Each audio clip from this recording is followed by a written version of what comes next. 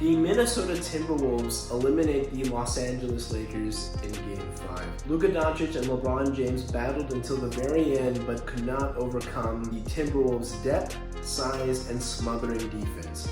In my last video about this series, I mainly focus on Anthony Edwards and how his evolution has taken the Wolves to the brink of the second round. But in Game 5, Anthony Edwards was off and failed to get his shot going. However, this time he got some help from the Minnesota bigs.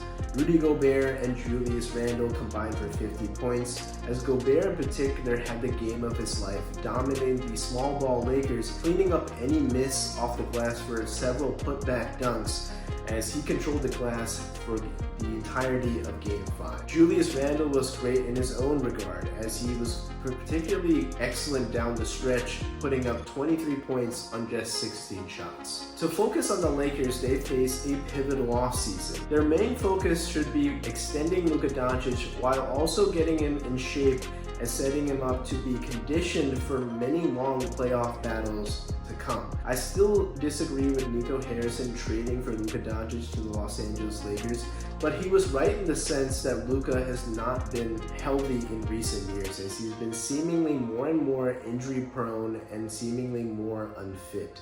LeBron James is 40 years old and has never looked as gassed as Luka does, especially in the fourth quarter, and this is exactly why the Lakers offense dried up in these final frames. I knew the Lakers roster was an unfinished product after the Luka Doncic trade back in February. After they rose up to the 3 seed in the very competitive Western Conference, the Lakers fooled us into thinking that they were true contenders. JJ Redick did what he could to squeeze as much juice as he could out of a fruit that was essentially dried out. We know that the Lakers' lack of depth got exposed in this series, as well as their lack of size. Giving up 18 offensive rebounds is atrocious, and that's a huge reason why they have to focus on getting bigger this offseason. Jackson Hayes is just not going to cut it, as he didn't even play in Game 5.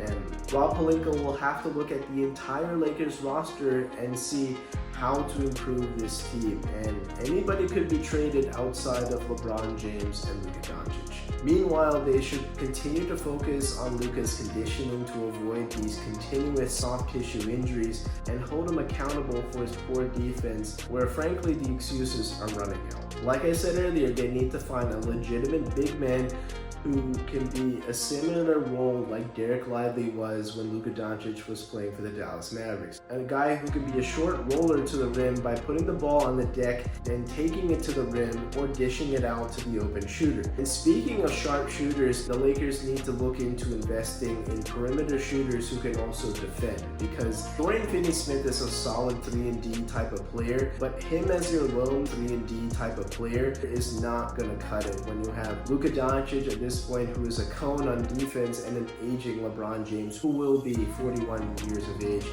next season. Free agents to look out for could be Miles Turner, who is a very talented big man from Indiana, who can also spread the floor while protecting the paint as a shot blocker.